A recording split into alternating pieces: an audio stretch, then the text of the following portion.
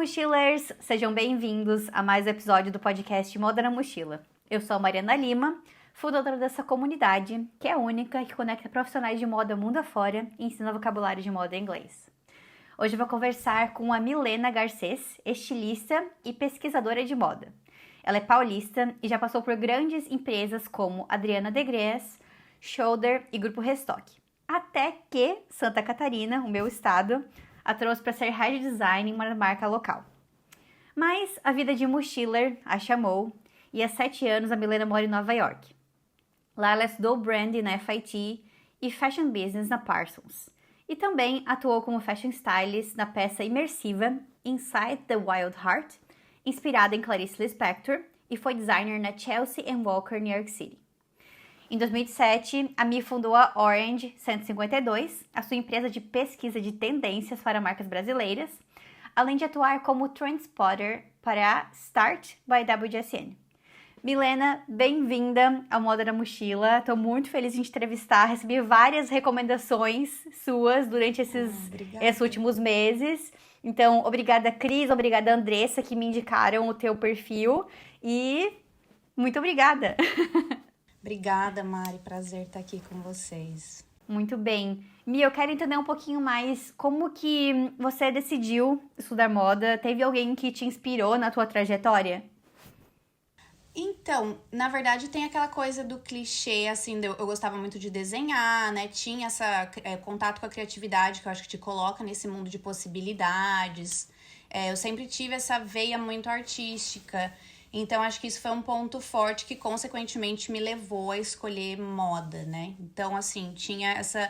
Eu vim do interior, então também não era uma coisa que a gente via com muita frequência, mas eu acho que eu tinha esse desejo inconsciente, assim, né?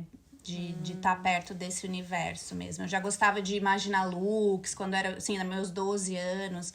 Então, acho que isso foi caminhando um pouco para essa direção aí. Bom, tu falou que tu veio de interior de São Paulo, né? Como que era a moda, o mercado de moda na tua região? Você tinha pessoas ao teu redor que trabalhavam nessa área?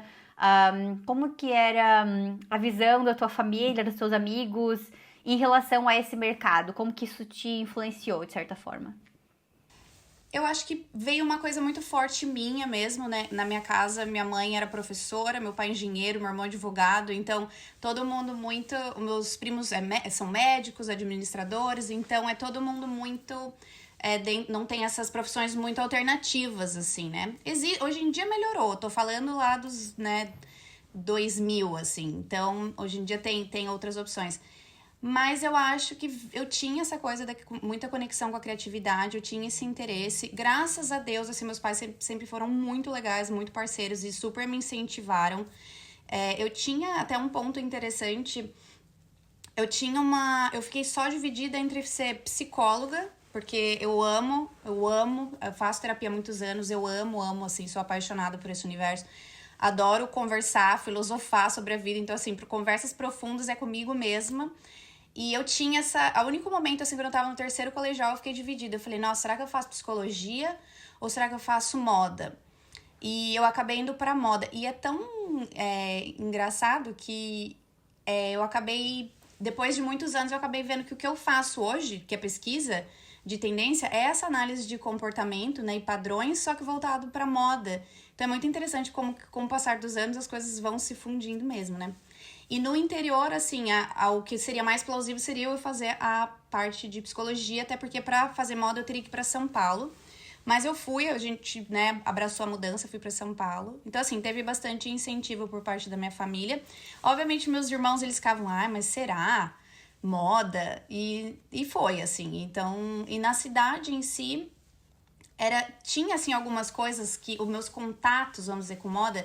Tinha o clube da cidade, né? Quem é de interior deve saber disso. Tinha o clube da cidade que tinha desfiles, assim. Só que só eram as marcas, né? Multimarcas da cidade mesmo, as lojinhas, assim. Tanto que a gente brinca que tem uma rua mais famosinha que a gente chama que é Oscar Freire. Eu sou de Taubaté, né? Do interior de São Paulo. Então a gente fala que é Oscar Freire de Taubaté. E a gente sempre faz essa piada. E aí tinha esses desfiles que aconteciam no clube da cidade, só que era ali aquele primeiro momento que eu já vi, assim, que a moda né? Era anos 90 também ali, final dos anos 90. Então era coisa bem elitista, era só quem era que frequentava aquela loja e tal. E aí, quando eu fui pra São Paulo, acho que foi um novo mundo, assim, que eu falei, nossa, caraca, as pessoas são muito diferentes, tem muita coisa acontecendo. Eu participei do Copenhagen Fashion Week agora em janeiro e mais do que visitar os desfiles, eu curti muito participar das palestras, né? Eu sou uma pessoa que gosta muito de ir em palestras sobre moda e como tu falou ali também, a gente só se dá conta de que trabalhar com moda é também trabalhar de certa forma com psicologia quando a gente começa a estudar mais a fundo, né? Sim. Porque eu também, antes de entrar na faculdade de moda, eu só olhava o superficial. Também, assim, não me culpo, eu tinha 16 anos quando comecei a estudar moda, né? Então, eu só olhava pra estética e só depois na faculdade que fui estudar um pouco mais sobre psicologia, tendências, os padrões que tu estava falando.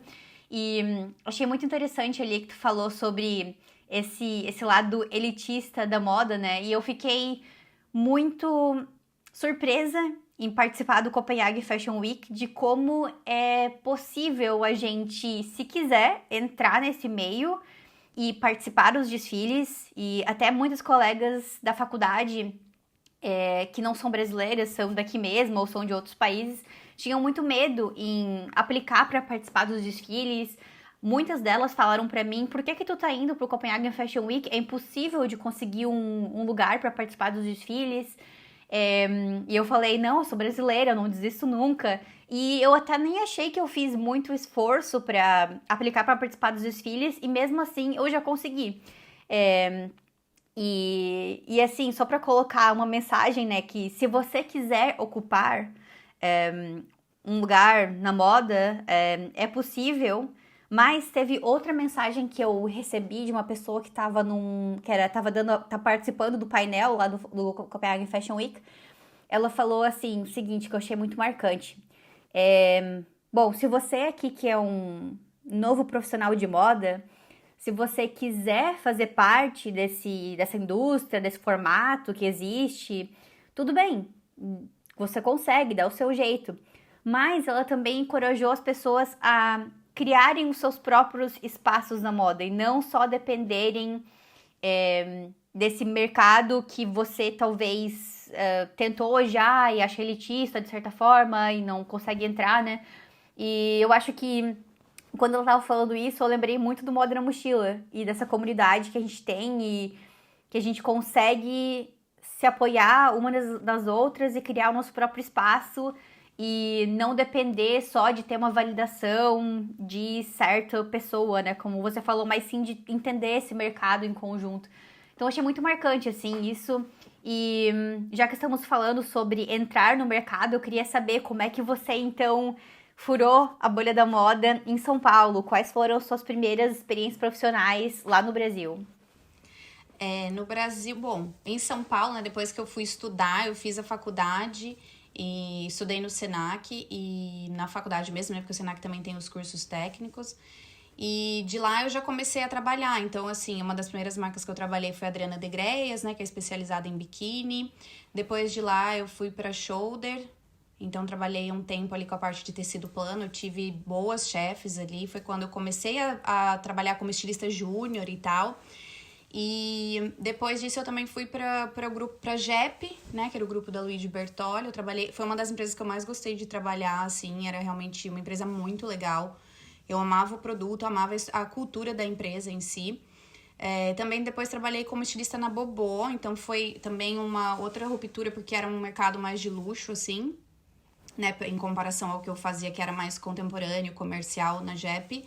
Foi bem legal também aprender muito mais, me aprofundar sobre a qualidade do tecido, né? Poder investir em detalhes nas peças e tal.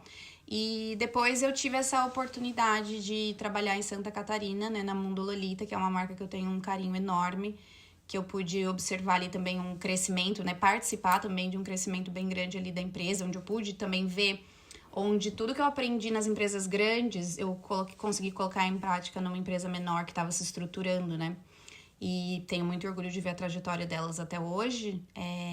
E acho que basicamente, assim, a mensagem é essa, como você disse, assim, a gente vai co-criando essas realidades, né, de acordo com o que a gente acredita. Muita gente, às vezes, vai falar, por exemplo, no caso, quando eu saí da Bobô para ir para Mundo Lolita, muita gente falou, meu Deus, mas você tá indo numa das maiores empresas do Brasil, né, das maiores marcas, você vai trabalhar numa empresa menor?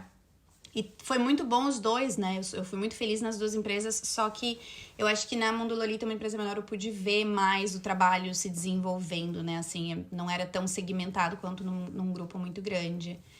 E, basicamente no Brasil, essa foi minha experiência, assim. Eu acho muito legal ter as duas experiências de trabalhar em empresas grandes e empresas pequenas. E isso, na realidade, é até um benefício, um ponto positivo que eu uso para me vender quando eu quero aplicar para algum emprego. Eu falo que eu tenho a visão dos dois tipos de empresas, dos desafios dos dois tipos de empresas, né? Numa empresa pequena, eu sempre falo que tem a expressão em inglês, né? You have to wear more hats. Você tem que vestir mais chapéus e faz muitas partes do processo e aprende os detalhes, né? Por exemplo, numa empresa pequena que eu trabalhei no Canadá, eu fazia até mesmo a descrição das etiquetas de composição, sabe? E eu aprendi muito sobre esse processo e eu vou saber cobrar de alguém, se eu for gerente algum dia, como fazer isso da forma correta. E em comparação com uma empresa maior, você vai ter mais verba, às vezes, para fazer uma campanha, para fazer mais pesquisa, para desenvolver um produto nos melhores standards de qualidade. Como você falou, ele também trabalhando no luxo, né? Eu também trabalhei, minha última experiência profissional foi uma marca de luxo e foi aí que eu realmente percebi, não, existem empresas que realmente têm esse dinheiro extra para investir em desenvolvimento, em teste, não é só marketing. Existe realmente empresas que têm um produto de maior qualidade do que as outras e merecem. As pessoas têm que pagar um preço maior por isso, de certa forma, né? Então, muito interessante, assim. Quais foram, digamos, os maiores aprendizados de trabalhar em empresa grande versus uma empresa pequena para ti? Eu acho que na grande foi realmente onde eu pude aprender a parte de estrutura, né? Porque elas têm mesmo assim pessoas responsáveis por departamentos específicos, por etapas específicas. Tudo tem que ser muito controlado, porque ao mesmo tempo o volume é muito grande, né? A gente fala de milhões ali de reais investidos em coleções e tal. Então, assim, muitos milhões. Então, a gente tem tudo muito contado, a gente tem o planejamento, então aquilo é passado uma planilha que você desenvolve a coleção com base naquilo, né? A gente tem uma parte criativa, mas tem uma parte analítica que tem que acontecer, né? Que tem que respeitar. A gente tinha inúmeras reuniões com o pessoal de compra e tal. Então, isso foi dando uma base, né? Eu era zero a pessoa da planilha, aí você aprende sobre open to buy, quando tá vendendo bem, giro de coleção, nessa peça tá assim, a gente já vai criando, né, a gente fazia revisão de linha, então toda essa parte, a parte de precificação, o que dá para subsidiar, então assim, quanto aprendizado, eu falo, era uma faculdade, né, trabalhar nessas empresas grandes, mas em contrapartida, ir para uma empresa que não tem essa estrutura e você ajudar a construir com a tua experiência é muito legal também, porque você consegue ver esses benefícios, né, dessa parte organizacional acontecendo. Então também dá um orgulho, porque eu acho que você consegue se sentir ainda mais parte dessa veia da empresa, dessa nova fase da empresa, sabe? Então, acho que são esses dois maiores aprendizados. E respeitar o tempo da empresa também, porque a gente não dá para sair de uma empresa grande, de um grande grupo, e ir numa empresa que está começando e querer implementar e achar, eles às vezes não têm a mesma verba, né? Tem uma cultura ainda um pouco engessada, porque eu falo, né? A gente tem o medo do que a gente não conhece, então eles também não querem investir e mudar totalmente. Eu lidei muito com isso, né? Eram alguns desafios de eu falar, gente, vamos fazer dessa forma. Eles, não, mas sempre funcionou assim. Eu falava, não, mas vamos tentar, vale a pena. E no fim dava certo. Mas eu acho que é também respeitar o momento da empresa e ir com cautela aí nessas trocas. Total. Mi, e como que era a tua relação com a pesquisa de tendências nessa época? Você trabalhou por muitos anos como designer do Brasil e eu sei que a pesquisa de tendências faz muito parte do nosso dia a dia como designer, né? Sim. Inclusive, até em uma das empresas que eu trabalhei, na Malve, por um certo período eles tinham um setor específico de pesquisa de tendências, que depois acabou sendo diluído e somente os estilistas pesquisavam, né? Mas como que era nessa época? Tu chegou em um certo momento a pensar, poxa, quem sabe eu queira trabalhar exclusivamente com isso? Como que foi a tua relação com pesquisa nessa época? Ai, é muito louco, porque eu sempre amei ser estilista.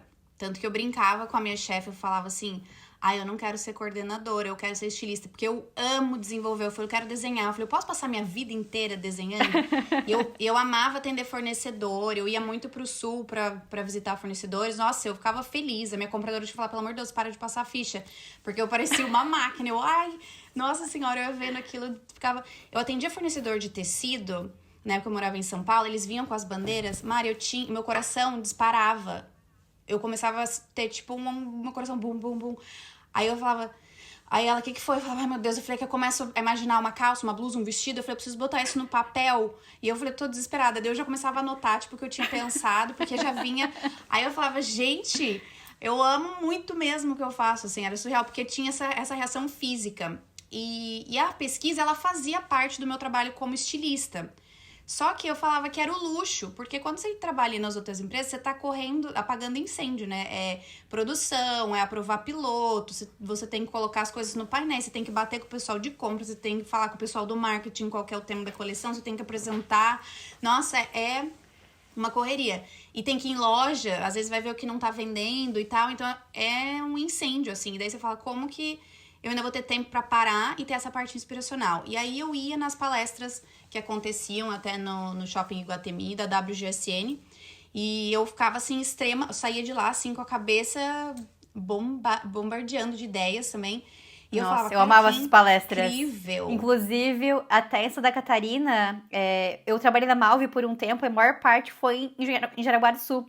E eu não tinha oportunidade de ir nas palestras, porque às vezes eles não queriam pagar para todos os estilistas irem até São Paulo, etc. Então eles traziam a galera da WGSN pra dentro da empresa. Mas realmente esses eventos são o máximo e quando eles me transferiram para São Paulo, eu falei, nossa, agora eu vou em todos os eventos possíveis da minha vida. Mas enfim, só queria dar um highlight, porque eu também adorava esses eventos. Não, e fazia parte, mas às vezes em alguns momentos, assim, no final de semana eu pegava meu celular, né? E eu peguei uma época em que a pesquisa de tendência, ela era feita através das revistas, né? Então a gente assinava, tinha a Vogue, tinha Show Details, que eram umas revistas enormes, a Vogue Japão, a gente era apaixonada. E também, assim, tô falando ali meados de 2008, 2010, e não tinha ainda muito não tinha, né, Instagram, vamos dizer assim. Então, foi quando começou ali alguma coisa de blogueiras, aí tinha umas 4, 5. Eu já amava muito as blogueiras escandinavas nessa época.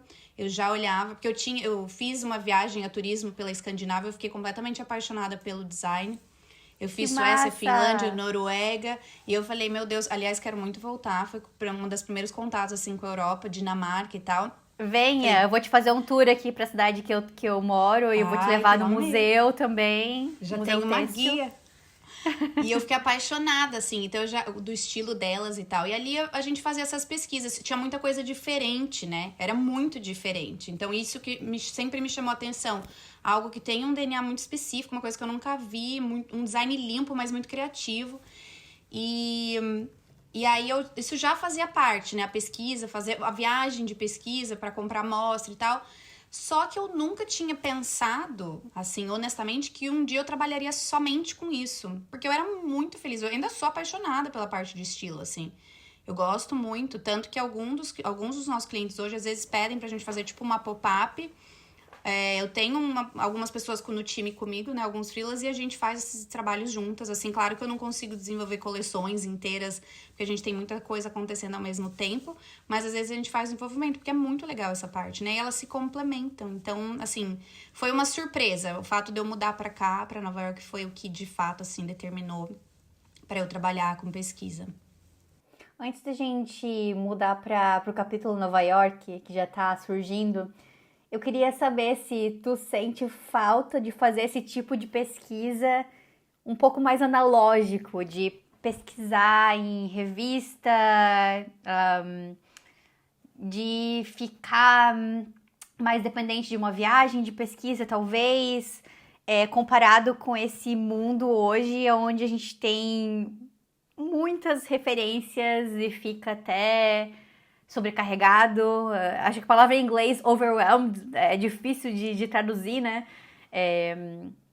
Como que... Porque você falou que você viveu muito isso, né? Eu vivi um pouco. Eu acho que quando eu comecei a ser estilista já era muito a época do Pinterest. Hoje em dia, né, ainda tem muitas outras fontes e tal. Como tu sente, assim, essa mudança? Tu sente falta desse tipo de pesquisa? Eu sinto falta pela parte mais calma, eu acho, assim, sabe? A gente tinha essa pausa, pelo menos na Shoulder, quando eu trabalhei lá, eu lembro que a gente tinha... E eu achava uma cultura extremamente interessante e inteligente até. Eu acho que o sucesso da marca se deve até pelas estratégias que elas tinham. Na minha, não sei como está hoje, tá? Mas na minha época a gente tinha momentos que a gente sentava na mesa com todas as revistas.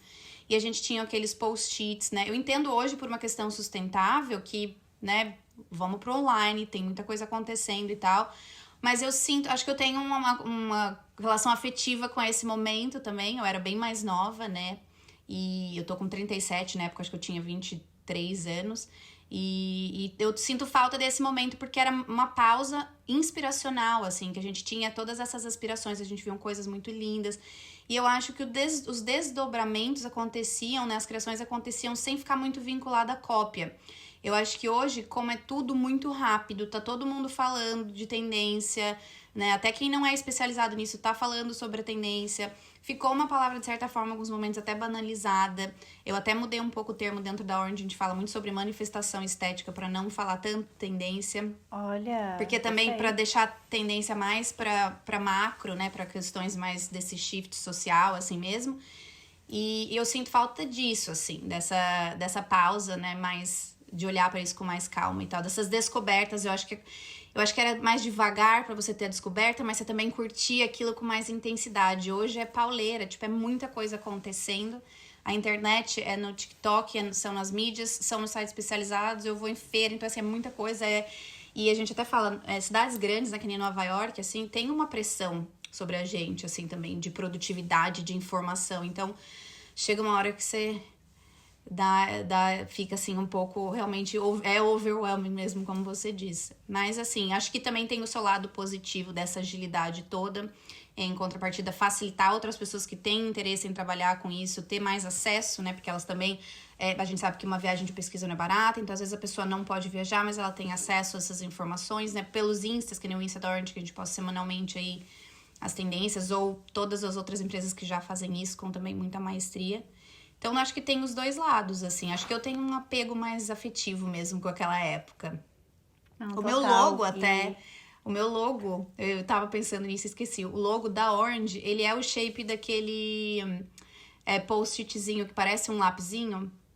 Ah, sim, Por conta disso. Porque quando eu fui criar a marca, o branding da marca, eu falei, eu me remete muito àquele momento. E era um momento muito legal, assim, da descoberta, né? Eu sou muito movida por descobertas. Então... eu acho que colocar aquele post-itzinho, eu achei uma ideia muito legal. Então, o logo da minha marca é aquele shapezinho. Não, muito legal. E eu vejo que também outro benefício desse modo mais digital de pesquisa de tendências é usar algoritmos, análise de dados para identificar padrões, né? É claro, nada vai substituir o olho humano e essa interpretação, né, dos dados que a gente for organizar, mas também tem esse benefício. E eu lembro de uma vez que uma das estilistas que me treinaram quando eu era estilista júnior, ela falou que ela era estilista há muitos anos já, né, antes de mim, ela era estilista sênior lá, e ela falou que nas férias a cabeça dela também ficava igual você, assim, não parava de criar coisa, meu Deus, isso, aquilo, e ela levava as revistas da empresa para casa durante as férias, porque ela queria pegar as primeiras imagens, cortar as imagens que ela queria para fazer os mood boards dela, antes de outros estilistas pegarem no retorno das férias. Daí eu falei, menina do céu, hoje em dia não tem mais isso, né? Tudo digital, qualquer pessoa pode usar qualquer imagem no mood board, quiser pode criar imagens com inteligência artificial, se quiser, para colocar no mood board. Eu lembro que eu fazia muita gambiarra no próprio Illustrator mesmo, para trocar a cor das imagens, porque eu queria que ficasse combinando com uma certa outra imagem que tinha, etc. Então a gente se complementou muito, assim, foi muito legal esse meu período de designer júnior, de trabalhar com uma pessoa que tinha uma vivência completamente diferente, analógica, e assim, foi um certo momento muito privilegiado meu mesmo, porque todas as estilistas a partir daquele momento só viveram esse período digital, né? Não tem mais esse histórico do analógico e hoje em dia a gente tá vendo muito esse retorno do analógico, né, pra geração Z. Tu pode mais falar sobre isso até do que eu. Mas tem várias pessoas da minha faculdade que não usam, que evitam usar smartphone, por exemplo, e estão voltando a usar o flip phone. Telefone, sem... Eu tenho percebido mesmo. Aqui tem umas sem pessoas redes sociais. falando disso. É porque acho que o uso do telefone com a internet hoje você tá o tempo todo, né? É muito tentador não olhar. Mas eu tenho visto, tem umas 3 pessoas que eu vi até postando ali no Instagram que eu sigo que moram aqui, falando que trocaram os telefones para um telefone comum sem internet para não ficar o too much available, né? Tipo, eu tô disponível o tempo inteiro. Então, assim, é só no telefone, aquele horário, porque é mensagem, né? O WhatsApp e tal. Então, assim, a pessoa consegue te acionar por todos, pelo DM, pelo seu WhatsApp, pelo seu telefone, pelo seu e-mail. Então, acho que ela vai reduzindo essa possibilidade. Total. Mia, vamos falar então sobre teu capítulo Nova York. Como que aconteceu essa mudança para os Estados Unidos? E eu queria saber se você já tinha o sonho de morar fora do Brasil antes de surgir essa oportunidade. Foi algo que você planejou ou aconteceu naturalmente? Conta pra gente. Então, eu sou sagitariana, né? Então acho que isso já explica bastante coisa, que eu sou bem aventureira, eu adoro descobrir as coisas, eu sou apaixonada por cultura. Aonde eu vou, eu quero comer a comida local, eu quero ouvir o idioma deles, eu quero saber de onde veio isso, de onde veio aquilo. Então eu tenho esse senso de curiosidade muito apurado. E é engraçado porque eu sinto uma paz na sensação de descoberta, assim. Eu fico que nem criança, assim, prestando atenção, eu gosto muito disso. Então, e viajar sempre foi algo que muitas pessoas gostam também, eu realmente curto.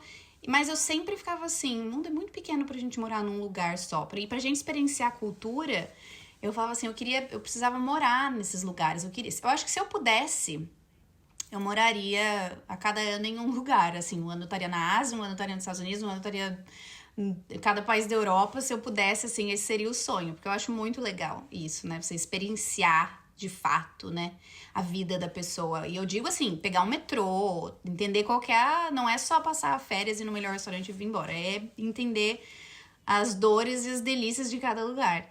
E eu tinha essa curiosidade, e quando eu era adolescente eu falava muito pro meu pai e pra minha mãe, assim, eu falava, meus amigos da escola fazem intercâmbio naquela época, né? Eles fazem intercâmbio, e não tinha internet também, então era tudo que eu achava muito legal. E aí eu lembro que quando eu tinha uns 14, 15 anos, a minha vizinha, ela recebeu uma menina da Noruega, a Eva. E eu amava ir lá só pra conversar com a Eva. E ela tava aprendendo também, imagina, né, do norueguês ali, vim falar português. Ela tava tentando aprender a língua e o pouquinho de inglês que eu fazia no cursinho de inglês, eu tentava, eu amava, que eu falava, eu quero ficar lá. Quero ouvir o que ela tem pra dizer, o que ela usa e tal, não sei o quê. E aquilo me chamava a atenção, me pegava demais, assim. E eu falava, ai pai, eu queria muito. Até meu pai, por mais que me incentivava de muita coisa, mas também ele tem uma cabeça mais antiga e tal. Ele falou, se depender de mim, você nunca vai morar fora. Olha! E eu acho... E... Tadinho, ele deve ficar meio assim hoje. Mas ele falou isso e eu lembro que eu fiquei tão brava que eu falei assim, é? Você vai ver agora. E aí eu fiquei com aquilo, eu falei, nossa, mas eu queria tanto, ele não me incentivou. Mas talvez seja uma preocupação dele, a gente era do interior. Imagina pensar que eu ia estar em outro país que não ia conseguir saber me controlar, né? Porque tem essa coisa, eu era filha mais nova, como assim a menininha vai sair por aí? E aí... E era muito difícil também de entrar em contato com as pessoas, né? Hoje em dia, quem se Sim. muda pode falar com os pais a cada minuto, toda hora, pode se comunicar, dar um jeito. Eu lembro quando meu irmão se mudou pra Dublin, a gente já tinha Google Chamada, não era Google Meet como hoje em dia, era um pouco mais difícil. Mas tinha que sempre combinar com ele qual horário que ia ligar, porque não tinha WhatsApp, não tinha smartphone e tal. A gente não tinha, né?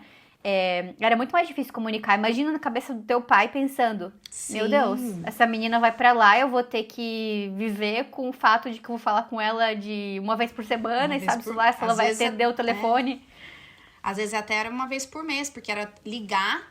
E naquela época que eu falava disso, eu demorei muito pra ter celular, por exemplo, né? Quando eu era jovem, meus pais me deram muito, mas assim, quando eu tava já pro final do colégio. Então eu tinha e-mail, então seria meio que esse o meio de comunicação. Aí meu pai falou, não. E ali até então ele tinha um poder, né, sobre a mim, porque eu ainda era muito nova nas minhas decisões e também financeiro, porque eu ainda morava com ele, não trabalhava e tal.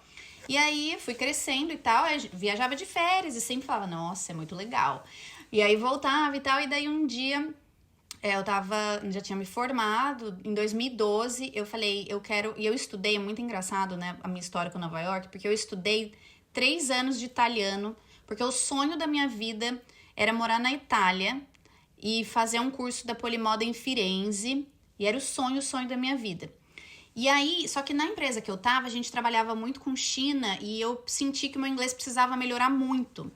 E aí eu falei, eu acho que eu vou pra Londres e vou estudar moda e vou aprender inglês lá, porque daí eu volto, fico uns 6 meses, dou uma guinada no meu inglês e volto. Isso em 2012. E meu pai assim, boa sorte, eu não ajudo em nada. E aí eu me vi, eu já trabalhava, eu já tava mais velha, então assim, também ele já não conseguia controlar tanto. Enfim, eu fiz a minha pesquisa e daí eu falei, nossa, pra Londres vai ficar muito caro. E aí eu falei, onde eu posso ir? Na época o dólar era 2,40. Eu falei assim, eu acho que eu vou... Eu falei, Los Angeles ou Nova York? Eu falei, Nova York é mais forte pra moda e eu posso andar de metrô, não preciso ficar dirigindo. Eu falei, imagina, né? A gente fica com esse medo também. E eu falei, vou pra Nova York. Mas eu falei, acho que eu não vou gostar. Acho que vai ser tipo uma São Paulo melhorada, assim. E aí eu vim. E aí eu estudei 3 anos de italiano, nunca fui pra Itália, preciso ir. Já falei pra Cris que quando eu for ela será minha guia. Eu falei que eu vou usar todo o italiano que eu aprendi. E aí eu nunca fui, fim das contas, e vim pra cá. E eu falei, no futuro eu vou pra Itália. E eu vim pra cá, no meu primeiro dia eu fiquei em pânico, que eu falei, meu Deus, o que é isso, né? E eu morava em Manhattan, então assim, eu fiquei, meu Deus do céu. Mas eu apaixonei depois. Foi o primeiro dia muito ruim, o segundo parece que eu já, assim, nasci pra morar nesse lugar. E eu vim, fiquei 6 meses, voltei pro Brasil. E fiquei 6 anos no Brasil. Foi quando eu trabalhei nessas outras marcas que te falei. Peraí, esse período, então, você ficou focada em estudar inglês? Ou você trabalhou em algum lugar? Inglês. Não, só estudando inglês. Até porque aqui nos Estados Unidos, é muito chata a questão do visto, né? Você não pode trabalhar se você é estudante.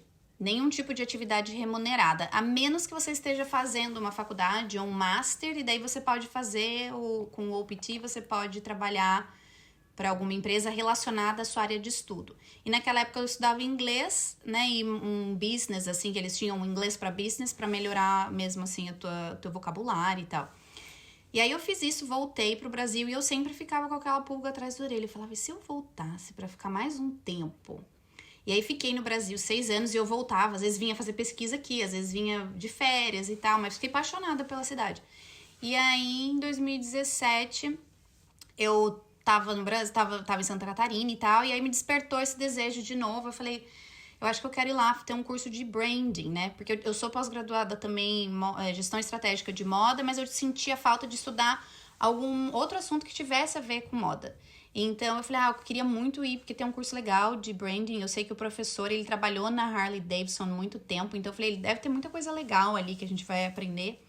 Me organizei e vim. E também, minha família assim, mas vai agora, né? Depois já tá com 30 anos, porque também, nunca é tarde, gente, nunca é tarde. Eu vim pra cá com 30 anos. E aí eu falei, eu vou fazer um curso de 6 meses. E aí eu estou aqui há 7 anos, era 6 meses. Esse curso de branding foi na FIT, certo? Foi na FIT. Não, eu super me identifico. porque eu também estou com 30 e comecei o mestrado agora com 30. E acho que é interessante porque eu não sei se tu tinha interesse já em trocar de área dentro da moda quando tu fez esse curso de branding, ou se tu queria só complementar a tua experiência como designer.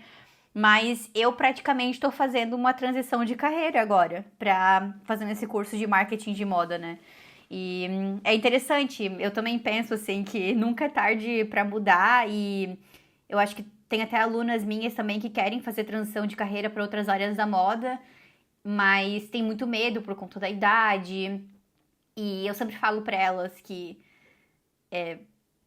você tem que pensar e colocar em prática, pensar e colocar em prática, porque às vezes se você só pensar que qual a área que você quer fazer transição de carreira, ficar pensando muito se vai dar certo ou não, é complicado, porque aí você perde mais tempo. Então eu acho que é interessante fazer e pensar, fazer e testar. Porque, né, pra sair da paralisia, dessa vontade de trocar de carreira, né? E, bom, então como é que foi aí esse período? O que que te fez ficar em Nova York? Porque a princípio, de novo, era só mais 6 meses, né, pra fazer esse curso de Isso. branding. Eu tinha até a passagem do Brasil comprada pra voltar, assim, e tal. Então tava tudo certo que eu ia ficar aqui esse período, estudar e voltar pro Brasil. E aí ia voltar pro meu trabalho, ia voltar pra minha casa, que eu tava morando em Blumenau e tal. E aí eu falo que a vida pessoal cruza também a profissional, né? Então eu teve algumas rupturas ali e tal. Nesse momento eu tinha um relacionamento e a gente acabou terminando. E aí eu falei, eu acho que eu vou aproveitar a cidade sem essa culpa de eu ter alguém, né, no Brasil e tal. Então eu falei assim, eu acho que eu vou... E eu tinha 4 anos de visto pra ficar aqui. E aí eu falei, eu acho que eu vou ficar um pouco mais. Eu vou ficar mais um ano. E aí eu falei, eu tenho um outro curso que eu queria fazer. E eu também já estudava, eu ficava estudando inglês, porque eu sempre quis melhorar cada vez mais o meu inglês, assim. Eu sempre me cobrei muito, assim, de falar inglês bom. Eu até brinco, falar era meu sonho, assim, falar um inglês bem fluente. Eu ainda falo, ainda vou chegar lá. O dia que eu falar uma frase, ninguém perguntar de onde eu sou, porque o meu accent ainda é muito forte, então o pessoal ainda vê que eu não sou daqui. Mas eu falei, ainda vou chegar lá. E aí eu continuava estudando inglês durante o dia e à noite eu ia pra FIT. E aí depois disso foi quando começou, né? Logo quando eu decidi ficar um pouco mais, foi quando alguns contatos, fornecedores, marcas que eu trabalhei no Brasil falaram: "Nossa, você tá aí? Você não faz uma pesquisa de tendência pra gente? Porque você já sabe o que a gente gosta, o que a gente faz, não sei o quê.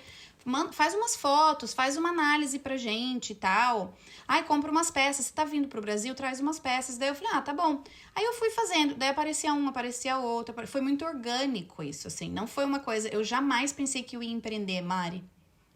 Eu não pensava, assim, em empreender. E aí eu falei, tá bom. Eu fui fazendo. Daí, nessa, eu falei, bom, eu preciso ter um CNPJ no Brasil. Eu preciso ter um nome pra essa empresa, né, que eu tô criando e tal. E aí eu comecei a fazer pesquisa. Depois, era muito atemporal, então não era um negócio assim que era todo mês e tal. E aí eu consegui, na época da FIT, um estágio. E aí muita gente me criticou, e isso eu acho que é um assunto muito importante a gente falar, porque quando a gente sai do Brasil, eu saí como coordenadora, né, head de estilo. Então, as pessoas saem achando que você vai chegar e vai estar exatamente no mesmo patamar. E eu acho que a gente tem que abrir a cabeça, porque assim, eu me abri a fazer um estágio com 30 anos em outro país. E muita gente, nossa, mas você já sabe, você não precisa fazer estágio, você trabalhou. Mas você precisa, porque assim, o calendário nos Estados Unidos é outro, o critério de avaliação de peças é outro. Eu também trabalhava numa marca que chama Chelsea Walker, que era mais contemporâneo, então a gente trabalhava muito com seda e tal. Então tinha uma outra leitura também. E aí eu fui, realmente, e foi muito legal, porque ali me deu a oportunidade de trabalhar, né, em New York Fashion Week, que eles desfilavam. Então trabalhava até tarde, mas assim, eu tava sempre muito feliz, porque eu tava tendo contato com muitas coisas. Fazer uma prova de roupa, né, com um time assim, super bem equipado. E ali foi quando surgiu uma oportunidade que eu também não tava contando, que era trabalhar no desenvolvimento de uma marca nova de uma celebridade. E aí, como eu tinha muita experiência e estava fazendo esse estágio, O meu chefe, que sempre se deu muito bem, a gente ficou até amigo até os dias de hoje, ele falou, eu queria muito que você participasse, porque eu gosto muito do seu olhar, assim, para a criação dos looks. Eu acho que você tem uma visão bem ampla e tal. Acho que até pela tua cabeça ser mais global, de ter vindo de outro país. Ele falou, a gente vai trabalhar no desenvolvimento da marca da Whoopi Goldberg. E aí eu falei, nossa. E aí eu falei, meu Deus. Aí ele falou, ela vai vir no escritório e a gente vai ter reuniões. E aí a gente vai participar dessa parte de desenvolvimento de produto dela. E assim, foi um marco pra mim. Então, eu acho que vale a pena. Quando eu entrei pra fazer o estágio lá, eu não sabia que essa oportunidade ia aparecer. Porque, além da marca deles, eles estavam sob uma trade chinesa, que tinha uma fábrica na China, tinha essa marca aqui, né, em Nova York, e eles faziam desenvolvimento para várias outras marcas. Eu ia com eles no escritório da Macy's, para atender as estilistas da Macy's. Então, eu falo, olha a experiência que eu adquiri, né? E eu queria muito isso, assim, porque eu falava, eu quero ter uma empresa americana no currículo e tal, então eu vou topar esse estágio. Mas eu não me arrependo, assim, eu acho que foi uma das melhores experiências que eu tive na vida, assim, de aprendizado mesmo. Mesmo já tendo tanto, na época, 10 anos ali, né, quase 10 anos de estrada, achei que valeu bem a pena. Não, e depois faz toda disso... a diferença. Toda a rede de contatos que você teve a oportunidade, né, de participar do estágio. E eu não sei se talvez tenha alguma reflexão sobre isso, de como que você se comportava num estágio depois que você já tinha anos de experiência no mercado brasileiro, já tinha 30 anos. Com certeza, eu imagino que é diferente da forma como você se comporta quando você tem lá os seus 20 anos, né, no início da carreira. E eu também vou ter que participar, vou ter que fazer um estágio agora, com a faculdade, através da faculdade, agora no mestrado. E eu não consegui nenhum estágio ainda. Tomara que quando a gente lançar esse episódio eu já tenha conseguido um estágio. Mas eu imagino que a forma como eu vou me comportar, como eu vou interagir com os meus colegas de trabalho, vai ser diferente. Eu vou querer muito aprender, com certeza, com o mercado do país, de onde eu estiver trabalhando. Mas eu também eu vou saber como mostrar tudo que eu sou capaz e tudo que eu tô disposta a fazer. E vai ser uma Mariana estagiária completamente diferente da Mariana estagiária de 20 anos, né? Não, completamente. E a tua maturidade. Então, assim, eu resolvia problemas com muita facilidade, que às vezes eu via, assim, que eles ficavam, nossa, se debatendo, daí meu chefe falava, meu Deus. E às vezes a gente tava trabalhando até as 10 da noite, mas é que eu gostava tanto do que a gente tava fazendo. E um dia eu escutei ele falando, ele falou, todo mundo sai 7 da noite. Ele falou assim, a Milena tá fazendo um estágio aqui, e ela tá aqui às 10 da noite, sorrindo. E assim, não vou romantizar, tem dias que são difíceis, pra mim não foi confortável, sabe assim, Mari, no começo não foi confortável, eu me questionava, eu falava, gente, mas será que eu tô fazendo certo, sabe? Mas depois, assim, precisou um ano ali, eu fiquei 2 anos quase fazendo esses trabalhos com eles, eu ia ali nesse escritório 2, 3 vezes na semana, nos outros dias eu fazia as minhas pesquisas e fazia todas as outras coisas que eu te falei, né, que eu fazia também. E eu me equilibrava, né, todos esses pratinhos assim, mas eu fazia questão de ter esse tempo lá pra entender essa dinâmica de uma empresa aqui e ter esses contatos, né? Eu conheci muita gente ali que foi muito legal. E não foi fácil, foi desconfortável num primeiro momento, mas depois que eu entendi a minha missão ali e o que isso ia trazer pra mim depois, nossa, fluiu, assim. Nossa. Eu realmente eu acabei saindo na época. A gente até depois conseguiu de forma, né? Depois que eu também já estava documentada e tal, fazer alguns trabalhos pagos e tal. Sair desse cenário mais de estágio. Comecei a participar da parte de desenvolvimento, na parte de fichas com eles e tal. Então, fiz parte da equipe de estilo deles ali depois um período, né? Mas realmente a gente tem que abrir a cabeça e realmente aprender, porque tem muita coisa quando a gente sai assim do nosso país que não é igual, né? Como que era a tua relação com o inglês durante esse período? Nesse momento que você fez esse estágio, em relação a termos técnicos de moda, por exemplo? Você ainda estava aprendendo? A galera te ajudava bastante? Ou você já estava num nível confortável com o teu inglês nessa época? Eu vou te falar que eu apanhei muito, porque eu achava que eu tava arrasando. Falei, imagina, no Brasil eu trabalhava com importação, gente. Eu atendia China e Índia 2 vezes por ano. Eu falei, tranquilo. E aí, quando eu entrei no escritório aqui, que é reunião inteira, você tá cansado, né? E eu falo, gente, a gente fica exausto, porque além da exaustão do trabalho em si, você tem a exaustão de estar usando um idioma que não é o teu, né? E pegar, assim, eu lembro que os primeiros dias eu olhava e eu falava, eu me perdia muito, às vezes dava aqueles espaço branco, assim, eu tentava voltar, eu falei, pelo amor de Deus, eu preciso, daí eu conectava umas palavras, assim, e tal. Eu era um nível intermediário, eu achava que eu era um intermediário avançado, mas eu era um intermediário. Mas, assim, depois de muito tempo, e era uma das razões pela qual eu me forçava também, porque eu queria entender, eu queria que aquilo fizesse parte, que aquilo fosse bem natural pra mim. Então, né, eu estudava inglês de manhã, fazia o estágio com eles 3 vezes na semana em um período ali, e sempre tudo em inglês, não tinha, né, Então, assim, foi bom, aprendi bastante coisa ali com eles, né? Eu acho que a imersão tem um peso muito bom, né, pra gente, assim, que vai aprender outro idioma. Nossa, total.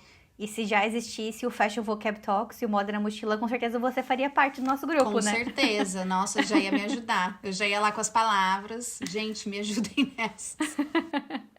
Aliás, vou deixar um recado para quem quiser aprender inglês voltado para moda, voltado para o contexto da moda, ter uma imersão, só que de forma digital, conversando com outros brasileiros que trabalham com moda, que estudam moda e aprender sobre moda, sobre tendências, sobre história da moda em inglês. Eu vou deixar um link aqui na descrição do podcast para você participar do nosso grupo de conversação em inglês, o Fashion Vocab Talks. Mi, vamos então voltar para tua vida, né, para tua carreira aí nos Estados Unidos. E muito legal que tu conseguiu trabalhar como designer aí nos Estados Unidos. E eu falo que no Canadá a minha carreira ela era cheia de checklists. Eu colocava ali umas metas para mim. Agora eu quero conseguir um emprego que tenha alguma relação com moda. Aí eu trabalhei na IKEA como vendedora do setor têxtil, porque tinha relação com o têxtil e eu ia poder aprender vocabulário de moda em inglês.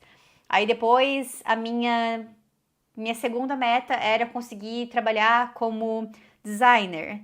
Não necessariamente na área que eu queria, mas na oportunidade que surgisse. Aí eu consegui um emprego como designer de uma empresa de moda esportiva.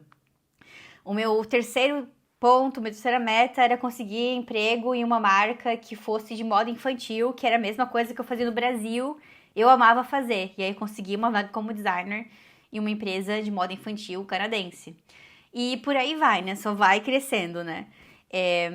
E eu sei que você teve outros tipos de experiências também, além de ser designer nos Estados Unidos. E conta pra gente como que foi ser fashion stylist para uma peça de teatro inspirada nas obras de Clarice Lispector. Eu li isso e eu fiquei, nossa, que experiência incrível. Foi muito interessante também, porque quando eu vim pra cá, eu abri muito a minha cabeça para as oportunidades, porque eu mudei muito, assim, também. Eu era uma pessoa que no Brasil eu tinha muitas metas, então eu falava, daqui a 2 anos eu tenho que estar no cargo tal, meu salário é tanto, eu vou trabalhar nessa empresa X, Y, Z, eu vou ficar aqui 7 anos, eu vou ficar aqui 2 anos, eu tenho que viajar, eu tenho que fazer isso. Eu tinha muito delimitado. E eu acho que cada um é cada um, não tem certo ou errado, é o que funciona pra você no seu momento. E quando eu vim pra cá, eu falei, eu sou muito ansiosa, eu quero ter controle das coisas, quero saber o que tá acontecendo, a data e o momento, né, pra eu me preparar. E eu falei, eu vou tentar mudar um pouco esse meu perfil e eu vou tentar deixar as coisas chegarem a mim, porque eu também acho que tem um exercício de confiança aí no universo, pra deixar as coisas chegarem, porque às vezes a gente põe tanta energia em uma coisa que talvez não seja pra você, que eu acho que a gente causa um engarrafamento energético e as coisas acabam não chegando no momento, assim. E eu falei, eu vou experienciar, eu vou estar lá, vou estar estudando, deixa eu ver o que as pessoas estão fazendo, deixa eu entender, né, outras oportunidades de trabalho também e tal. E aí eu fiz vários testes, para me conectar com pessoas, né, a gente sabe que quando a gente sai do Brasil, networking é muito importante, né, eu já ouvi teu podcast ali sobre isso, eu acho muito legal, principalmente falando das feiras. Então eu ia nas feiras também para conectar com as pessoas, né? E tinha que mudar o discurso de quando a gente via que não funcionava. E eu fui tentando me descobrir, assim, né? Nessa versão como uma pessoa fora do país. E aí eu ia nas lojas, eu descobri que tinha uma brasileira que tinha uma marca aqui, a Jussara ali, tinha uma marca super legal, toda sustentável e tal. Então eu ia na loja dela, batia um papo com ela e tal. E na época também eu tinha recém-mudado. Eu lembro que eu cheguei lá, eu falei, é bom que ela é brasileira, vou conseguir, né, falar em português. E imagina, eu cheguei lá, ela falou comigo em inglês o tempo todo, porque eu acho que ela mora aqui há mais de 30, 40 anos, então o inglês pra ela é muito mais confortável. Mas vamos lá. Aí fiz tudo. E aí eu comecei, falei, se você souber de alguma coisa, eu falei, eu quero, né, experienciar, trabalhar com moda em Nova York e tal. E aí ela falou, tá bom, se eu souber de algo. E aí um dia ela me mandou mensagem. E tinha uma amigona minha, Carol, que tava morando aqui também. Ela é stylist hoje no Brasil, super profissional, assim. Ela trabalhou com a Anitta, Luísa Sons, ela é stylist da Lineker hoje. Então, assim, ela é maravilhosa, maravilhosa. E ela tava aqui trabalhando como stylist brasileira aqui. E ela ficou aqui uns bons meses. E nós fomos roommates, né? A gente dividiu um apartamento. E aí a Jussara entrou em contato, falou assim, Milena, nós vamos criar, tem um evento, né? A gente vai criar looks para essa companhia de teatro francesa, que era a diretora, chamava Linda, e ela vai fazer esse teatro com atores brasileiros aqui de Nova York, e é inspirada no livro da Clarice Lispector. E aí ela falou assim, você tem interesse em participar? E aí eu falei, super, porque a minha veia era de estilista, mas eu falei, eu quero ver esse mundo também, quero entender. E aí eu falei pra Carol, eu falei, eu tenho uma parceira aqui que ela é super desse mundo e poderia fazer assim, esse casamento acontecer de uma forma bem interessante. E ela falou, claro. E aí a gente trabalhou, nós três. Só que ela falou, o único desafio... Eu falei, muito legal criar os looks pro teatro, né? Ela falou, são 3 trocas, então são 30... são quase 90 looks, porque eles tinham vários dias da peça em cartaz e tal. E aí eu li sobre a peça e tal. E aí ela falou, só que tem um desafio. Como eu trabalho com a questão da sustentabilidade e tal, e isso assim, também em 2018, tá? Aí ela falou assim, a gente só pode usar roupas de brechó.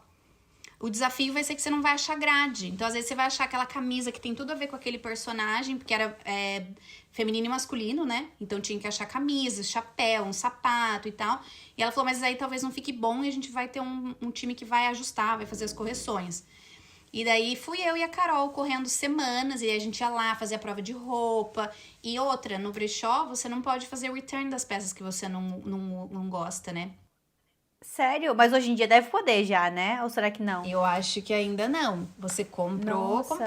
Porque em loja você devolve, né? Se caso não serviu, você não gostou e tal, aqui funciona. Mas lá no brechó não. Então, assim, tinha que ser muito assertivo. Então, a gente ia mandando foto. Então, foi assim, foi muito desafiador. A gente trabalhava até tarde, carregava, assim, aquelas sacolas da IKEA com uns 50 peças, assim, o ombro até doía no final do dia.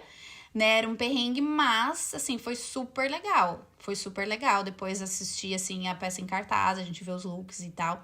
Então, quanto tempo, mais ou menos, demorou pra vocês fazerem essa compra das peças? E provas, assim, o projeto todo foi um mês, porque a gente assistiu os ensaios. A gente tinha que ir lá, e tinha uma parte mais musical, eles dançavam. Então, a gente tinha que estar lá pra ver a parte anatômica da roupa que a gente ia escolher também, né? Então, dependendo dos movimentos, assim, da dança, a gente não podia escolher um negócio que fosse ficar muito, né? E até aconteceu, teve peças que depois acabaram funcionando, a gente teve que fazer uma troca para outro. Foi bem desafiador, mas assim, uma coisa que eu nunca tinha feito na minha vida, então foi muito legal. Foi muito legal. Nossa, muito legal. Eu imagino que foi um baita desafio. Isso que tu falou me lembrou até de um episódio que eu entrevistei uma chefe de figurino do Cirque du Soleil, a Luana Auvernay.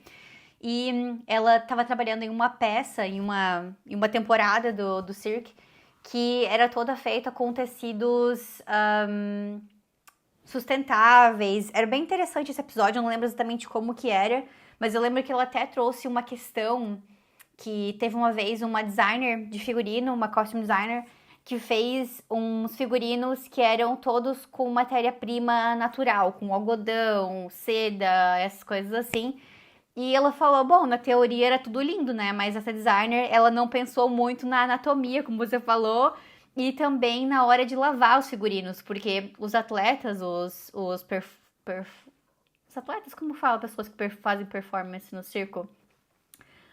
As pessoas que trabalham, né, nas performances do circo, eles suam, então o figurino tem que ser lavado e secado depois de cada performance, né? Então, lavar algo de algodão e de seda e secar requer muito mais energia e tempo do que uma outra peça que é feita de sintético. Então, tem muitos prós e contras aí, mas esse episódio com a Luana foi incrível, então super recomendo. E, nossa, que experiência legal. Eu nunca trabalhei como stylist na minha vida. Por enquanto, vou deixar isso para, para os mochilers aqui que gostam dessa parte. Não tenho vontade ainda de trabalhar, mas eu imagino que nesse processo de mudança para outro país, como você falou, de depois de ter passado por esse período em ter metas e ter tudo muito fixo, isso gera uma ansiedade realmente, né? Que chega um momento que é importante mesmo estar aberto a viver novas experiências e, de certa forma, eu tô fazendo isso agora, eu acho, nesse período do mestrado, né? De procurar um estágio aos 30 anos, de novo aqui a gente vivendo as mesmas coisas e sentir, assim, experienciar outras partes da moda, né? E ultimamente também eu tô muito com uma vontade, assim, de não trabalhar com marca de moda, de trabalhar mais com empresas que vão ajudar marcas de moda a fazerem uma moda melhor, que vão impactar, de certa forma, mais o futuro da moda, sabe? Então, muito assim nessa vibe de procurar alguma startup, alguma coisa que impacte marcas de moda, mas não necessariamente marcas de moda. Depois eu te Tenha mais conto aí propósito, né? quando eu conseguir esse estágio, tomara que dê certo, fingers crossed. Já deu certo. Mi, qual tu diria que foi o momento mais desafiador, assim, na tua vida de mochiler? Tem alguma situação específica para exemplificar esse desafio? Eu acho que tem dois fatores, né? Que eu acho que são desafios quando você vai para outro país, né? Na minha opinião. Eu acho que sair da zona de conforto, né? Tá fora do teu habitat ali. Então, você tá longe da família, dos seus amigos, né? As pessoas que te conhecem, né? Te leem com muita facilidade. É óbvio que você constrói sua comunidade, você constrói bons amigos, né? E tal, mas eu acho que isso machuca o nosso mental. Então, a batalha se torna um pouquinho mais árdua, porque você tem que lidar com isso, né? Então, pra mim, desafios hoje, assim, que eu vou pro Brasil 2 vezes por ano, eu vejo que minhas sobrinhas crescem muito rápido, quando eu vou pra lá, elas já estão muito maiores, eu falo, meu Deus. E Natal, às vezes eu tô longe, aí todo mundo manda foto, só faltou você, né? Todo mundo passa por isso, mas eu acho que esse é um desafio. E acho que o outro é essa questão de você se restabelecer, né? De você realmente estar aberto. Algumas pessoas não, algumas pessoas elas dão, né? Elas têm um outro destino e elas chegam e já tem uma grande oportunidade, e já as coisas fluem de uma outra forma. Mas para outras pessoas, a realidade é mais essa, assim, de você ter que se restabelecer. Você escalou, né? Subiu vários degraus enquanto você estava no seu país, e aí você chega aqui e fala, não, eu já estava no 19º, eu vou pro 20º. E não, talvez você vai ter que voltar pro 5º e começar de novo. E aí ter esse exercício de humildade mesmo, de ver que você tá aprendendo, que você tá reaprendendo outras formas do trabalho que você já fazia e realmente, né, se jogando aí. Eu acho que os desafios, na minha opinião, são mais esses, assim, eu acho. Eu achei muito legal que tu falou, tu exemplificou voltar pro 5º nível, ele não voltar pro 0. Eu acredito que raramente a gente volta pro 0, porque eu acredito que as experiências que a gente teve no Brasil, elas contam muito. Tanto experiências de profissionais, quanto experiências de educação, de faculdade, de cursos. Acho que uma das coisas que, pra mim, que foram realmente... que eu comecei do 0 foi a questão de networking, de conhecer pessoas novas, num país novo, porque quando eu mudei pro Canadá, eu só tinha o meu marido, o meu colega de quarto, que a gente morava em 3, e também pessoas que eram do ciclo social do meu marido. Não tinha ninguém não conhecia ninguém que trabalhasse com moda. Então, pra mim, assim, essa foi a parte meio que de começar do 0. Mas o resto, eu já tinha muito pra aplicar. E agora vejo me mudando pra um terceiro país. nossa, agora mais ainda quando eu tô começando do zero, porque mesmo que eu tenha começado o meu networking do zero, eu tenho muito mais conhecimento de como fazer networking, como conhecer pessoas e por aí vai. Então, achei muito interessante essa tua reflexão. E agora, pro lado positivo, tem algum momento, algum dia em especial, assim, trabalhando com moda dos Estados Unidos, que você sentiu muito orgulhosa do teu crescimento, que você parou e pensou, I made it. Eu acho que tem dois, assim.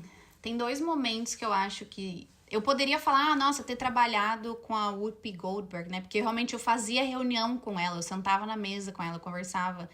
E era muito. Era uma dualidade, assim, de eu falar, meu Deus do céu, Ela mesmo? ficava assim. Ela mesmo? E aquela coisa do não, preciso prestar atenção, porque eu preciso explicar pra ela por que a gente escolheu esse tecido, né? Então, e ela me surpreendeu, assim, com tamanha humildade, assim. Às vezes eu realmente esquecia, depois de um tempo, assim, de umas semanas, eu realmente esquecia, porque ela é muito acessível, né? Extremamente educada, a filha dela também, assim, uma das pessoas mais educadas que eu já conheci, assim, extremamente simples. Um dia eu tava trabalhando com uma jaqueta de uma marca, da Mundo Lolita até, eu tava vestindo aquela jaqueta aqui, e ela olhou e ela falou, nossa, que jaqueta legal. Aí eu falei, meu Deus, eu até mandei mensagem pra minha ex-chefe, né, pra dona. Aí eu falei, você não acredita, a filha dela elogiando a jaqueta. Ela, meu Deus, vivi pra ver isso e tal.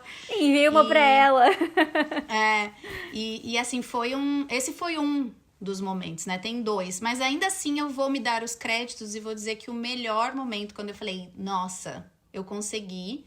Porque eu falo, Mari, só a gente sabe, assim, o que a gente faz, e o quanto a gente se doa, quantos momentos, quantos nãos você escuta, né? Quantos desafios, nem todos são flores, tem o lado positivo, sim, mas assim, você olha e você fala, cara, eu sei o que eu passei pra chegar onde eu tô, né? E independente de onde seja onde eu estou hoje, eu acho que a gente tem que se orgulhar muito do processo, e a gente tem que realmente valorizar e olhar, porque a gente tende a falar, mas eu ainda não fiz isso, mas eu ainda não consegui. Eu acho que a gente tem que olhar, mas olha a trajetória, né? Vamos nos dar os créditos. E eu acho que pra mim, assim, foi muito legal trabalhar com ela, super orgulhosa disso, mas eu vou colocar em primeiro lugar o dia que eu abri a minha empresa aqui. Que daí eu falei, nossa, eu tenho uma empresa nos Estados Unidos, eu abri uma empresa aí em Nova York, então, porque eu tinha empresa no Brasil, mas depois, né, quando tudo deu certo, eu comecei a atender cliente de fora também, não só do Brasil, eu abri a empresa aqui. Então, aquele dia que eu assinei, coloquei o nome da empresa e tal, fiz toda essa parte, eu falei, nossa, daí eu fiquei bem orgulhosa, Demais, assim. né? Nossa, e é motivo de orgulho, eu acho que pra gente da comunidade também, de ter alguém que fez isso, que conseguiu abrir sua empresa nos Estados Unidos, conseguiu clientes em todos os lugares do mundo. Acho que ouvir histórias como a tua é muito importante pra gente se inspirar e ver que é possível. Então, muito obrigada por ter compartilhado isso com a gente. E já que estamos falando sobre a tua empresa, sobre a Orange, eu queria saber alguns termos aí de vocabulário de moda em inglês. E começando pelo nome da profissão, eu acho, Mi, porque eu vi no teu LinkedIn que tem algumas tipos de nomenclatura diferentes. Eu vi que existe Trend Spotter, que é a profissão que você faz para a WGSN. Tem Trend Forecaster, também tem o termo Cool Hunter. Qual a diferença entre esses termos? Qual que é o termo mais popular aí nos Estados Unidos? E uma última pergunta nesse tema. Quando você vai em alguma feira, por exemplo, como que você se apresenta para as pessoas? Qual o termo que você usa? Aqui nos Estados Unidos a gente vê mais Trend Forecaster. Aí as pessoas se apresentando como Trend Forecaster. Que daí é um termo mais popular, tá? É mais usado, assim, por profissionais que trabalham em grandes agências. Então, WGSN, Fashion Snoops, P-Clairs. Para descrever esse trabalho de previsão de tendências com base em dados. Aí, por exemplo, o Trend Spotter, que é o que eu faço para Start da WGSN, que é a startup da WG, né, aí no Brasil, já significa alguém que identifica essas tendências mais emergentes que começam a ganhar força. Então, é bem o começo. Então, é um trabalho mais instantâneo, observacional, capta esses sinais mais fracos de assuntos bem pontuais, né? Elementos de estilo, estampa, algum detalhe, algum sapato, algum detalhe no sapato, é algo bem pontual, assim, micro, né? Nanotrends, que algumas pessoas chamam hoje. E já vai monitorando isso no street style, rede social, evento de moda, que podem ser as feiras, por exemplo. Aí, Trend Forecaster já é a pessoa que trabalha nessas agências, né, que já tem essa parte de dados, né, socioculturais, tendência futura, já fala mais de comportamental, carga emocional de cor e tal. E envolve essa pesquisa muito mais profunda mesmo. Então, a pessoa precisa ter uma metodologia de estratégia, né, de análise, para poder já trazer essas informações mais antecipadas aí. Que é o que eu faço para Orange. Até fui dando, assim, exemplos para entender, tá? Que são trabalhos diferentes. Porque muitas vezes me perguntam, mas são duas empresas de pesquisa. Então, eu gosto de explicar que são trabalhos diferentes. E Cool Hunter é um termo que usava mais nos anos 2000, assim, pelo menos aqui nos Estados Unidos ele é menos usado hoje em dia. E fala mais desses profissionais que também identificavam, assim, movimento cultural, estético, alguma coisa que era mais inovadora, que ainda não caiu no mainstream, mais voltado mesmo para estilo de vida, assim. Essa seria a diferença. E quando eu vou nas feiras, no geral, eu falo que eu faço fashion research ou que eu sou trend forecaster. Depende. Muito bom. Depende do com quem eu tô falando, porque depende do que é o serviço que ela precisaria e eu conseguiria fazer, então eu explico da forma que for mais conveniente pra conversa ali. Não, total. Eu sou super a favor de sempre customizar Adaptar. e o modo de se apresentar conforme o que tu quer tirar daquela conversa, como tu quer se apresentar, né? Qual que é o interesse da pessoa. Eu até fui numa feira uma vez na Playtime com a Andressa, nossa amiga em comum, e eu lembro que eu comecei na feira falando que eu era podcaster. E aí eu comecei falando que eu entrevistava brasileiros. E aí eu percebi, quem sabe se eu trocar o termo brasileiros para latina, as pessoas que estão aqui vão se identificar mais, porque tinha pessoas de outros países da América Latina lá, e o termo latina também é um pouco mais popular no dia a dia dos americanos.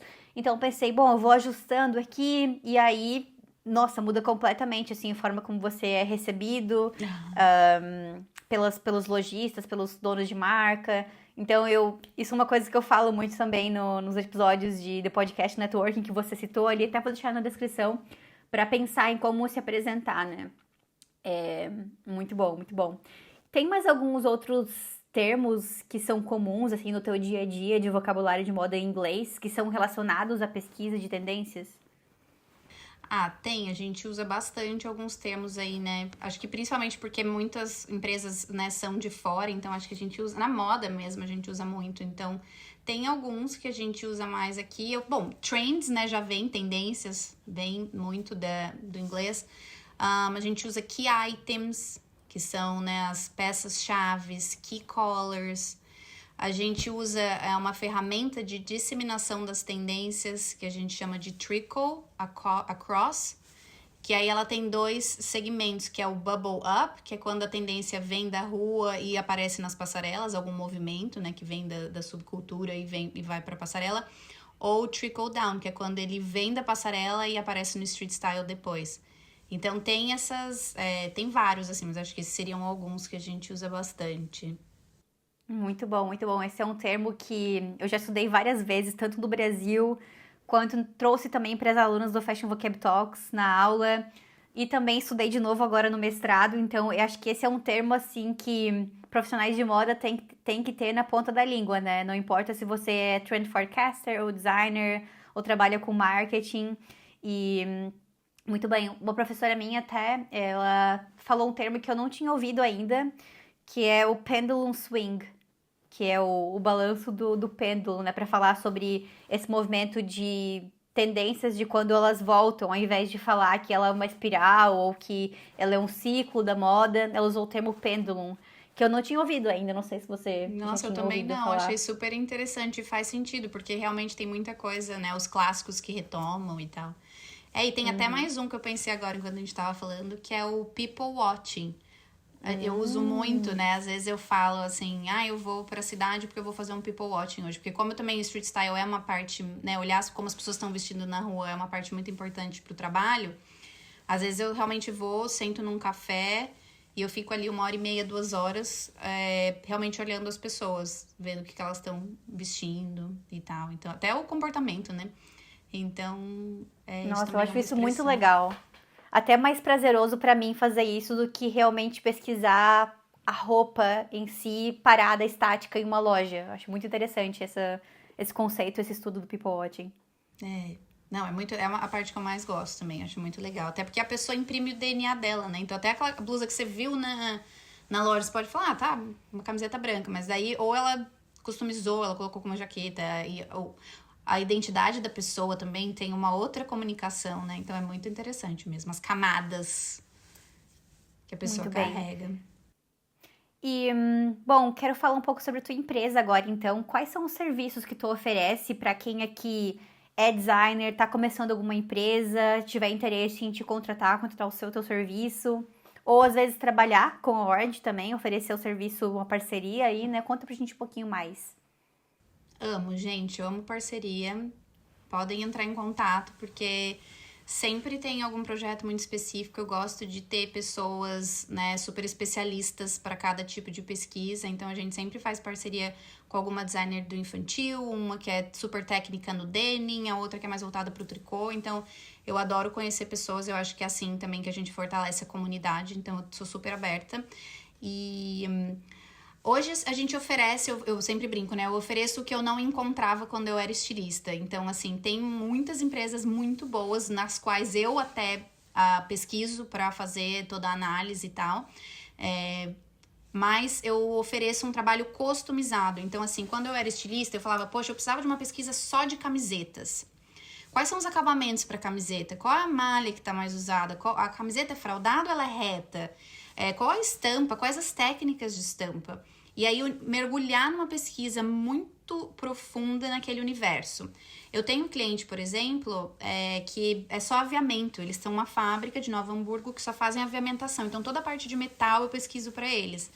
Então, eu ofereço essa pesquisa mais customizada, tá? Então, tem marcas que contratam a Orange pra gente fazer um report voltado, por exemplo, se ela trabalha com curve ou plus size, tamanhos maiores. Então, aí a gente vai ver todas as cores, tendências, temáticas que estão aparecendo e faz um filtro. Então, pode ser que ela não adotaria uma linguagem romântica e a gente vê, qual seria a linguagem, onde ela conseguiria adotar um detalhe, né? Porque essa tendência pode estar num truque de styling, por exemplo, não necessariamente no produto. Como que a gente pode trazer informação de moda para a realidade dessa empresa? Então, o que a gente oferece é realmente uma pesquisa voltada à demanda de cada cliente mesmo, assim, mais nichada. Se ela precisar de um overview, um report, né, com cor, temática, estampa, principais tecidos, a gente faz gráfico, a gente faz a parte mais analítica também, a gente faz. Muito bem. E você também, além de fazer a pesquisa, entregar os trabalhos, as fotos e tudo mais, e os reports, também faz parte teu trabalho fazer apresentações, tipo, digamos, um workshop, uma Sim, aula, assim, como que funciona? sim. Todas as entregas que a gente faz, todas elas têm uma apresentação. Então, a gente tira as fotos, né, entrega em alta resolução, faz uma apresentação bem legal, direcionada, que é exclusiva para esse cliente, ninguém mais recebe. Então, eu também acho que isso é uma coisa que eu sentia falta. Eu vejo que muitos reports hoje vai reciclando informações de muitas coisas e fica tudo muito igual. A grande reclamação que eu tenho hoje é que todo mundo fala, tá tudo muito igual. Então, a gente tenta fazer isso sendo exclusivo para essa pessoa. Então, eu falo, nós somos os olhos da sua empresa aqui fora, como se você tivesse uma equipe aqui. Então, eu sentia falta disso. Então, a gente faz isso, tem essas apresentações. E eu também dou workshop. Tem grandes grupos aí, né? Você também deve já conhecer. Tem várias pessoas que trazem pessoas de moda para cá. Eles contratam a Orange para falar de tendência. Então, a gente dá palestra e workshop sobre tendências, né? Eu não faço esse tipo de imersão, a viagem em si, né? A minha empresa não faz, mas eu estou sendo contratada pelas empresas para fazer essa parte mais específica das tendências. Então, tem esses dois universos aí. Eu acho que mais do que nunca ter esse serviço de customização vai ficar cada vez mais necessário, porque eu estava assistindo hoje uma palestra do CEO da H&M com o Imran Ahmed, do WOF, do The Business of Fashion. E o CEO da H&M estava falando que por muito tempo eles fizeram coleções com uma estética muito igual. Até foi uma provocação que o próprio Imran fez, que ele foi numa loja da H&M e tudo estava muito boring, tudo estava muito igual, era o mesmo que se encontrava em outras marcas de fast fashion. E hoje em dia, agora que ele assumiu como CEO, o propósito dele é investir muito em criatividade, em diferenciação, porque competir por preço não tá mais valendo a pena, tanto financeiramente para as empresas, mas também tem um impacto muito grande no meio ambiente, né? Na sustentabilidade, no pilar do meio ambiente, da sustentabilidade.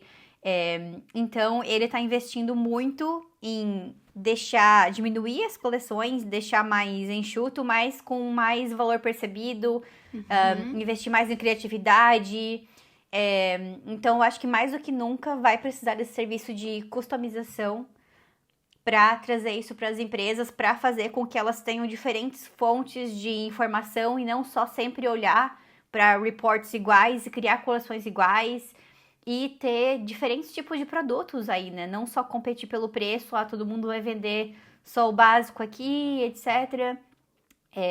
Para realmente fazer com que as pessoas comprem as roupas porque elas se identificam com aquele produto e tudo mais. Então, acho que customização faz parte aí dessa mudança de fazer com que a moda seja mais consciente também, de certa forma, sabe? Não, eu concordo 100%. E eu acho que tem essa questão do trabalho do atendimento ser mais customizado em loja, né? Até a NRF, que é essa feira que acontece aqui, eu não visitei, mas eu acompanho muitas pessoas que foram e tal. E eles estavam falando muito, abordaram muito essa temática, né? Da questão de você customizar o atendimento. Então, a experiência em loja, né? De ser mais envolvente, porque as pessoas estão buscando conexões genuínas hoje. E isso no produto. E você falou da H&M, é um exemplo que eu tava falando ontem até com a Mel, uma amiga minha, que eu falei, há uns 5 anos atrás a gente entrava na H&M e a gente, nossa, eu não acho que eles vão, não sei, não acho que não vão aguentar, não tá bom, a loja tá vazia.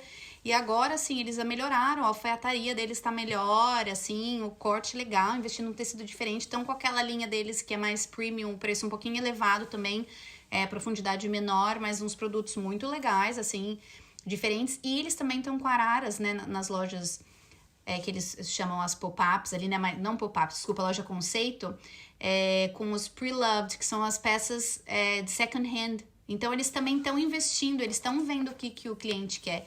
E aqui a gente está falando, né, do business para o consumidor.